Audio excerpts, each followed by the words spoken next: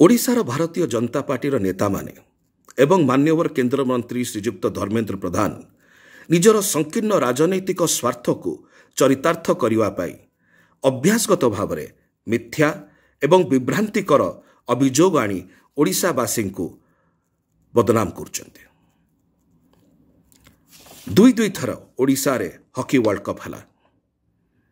थरेटिए हेले भारतीय जनता पार्टी की केंद्र मंत्री श्री धर्मेंद्र प्रधान प्रशंसा कले नहीं। रिजर्व बैंक ऑफ इंडिया कहला भारत वर्ष रे ओडिशा होछि 1 नंबर राज्य नंबर 1 स्टेट कोथरे वित्तीय परिचालना एवं लोन मैनेजमेंट रे से माने नीरव रहिले। जेतले डिजास्टर मैनेजमेंट क्षेत्र में राष्ट्रीय एवं अंतरराष्ट्रीय स्तर में समस्ते ओडिशा को प्रशंसा कले भारतीय जनता पार्टी ओडिशार नेता माने एवं मान्यवर केंद्र मंत्री श्री धर्मेंद्र प्रधान चुप रहिले। जेतेबेले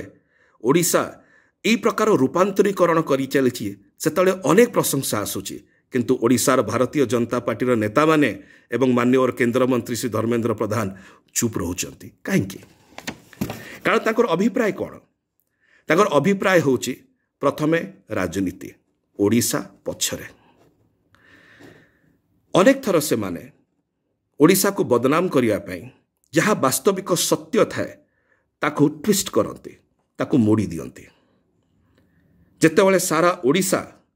आज बहुत गर्व अनुभव करुछि जे ओडिशा रे बहुत भल काम होछि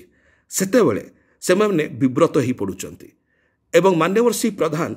निजर राजनैतिक स्वार्थ सिद्धि पाई संकीर्ण राजनैतिक स्वार्थ सिद्धि पाई ओडिशा को बदनाम करचंती। ओडिशावासी विगत दिन रे मान्यवर श्री प्रधान को एवं ओडिशार भारतीय जनता पार्टी नेता मानक उचित जवाब देथिले। एई प्रकार सस्ता राजनीति करिया पाई संकीर्ण राजनीति करिया पाई निजर राजनैतिक स्वार्थ सिद्धि पाई ओडिशा को बदनाम करिया पाई एवं आगामी दिन मानकरे मध्य ओडिशावासी एई ओडिशार भारतीय जनता पार्टी नेता एवं मान्यवर केंद्र मंत्री श्री धर्मेंद्र प्रधान को उचित जवाब देवे।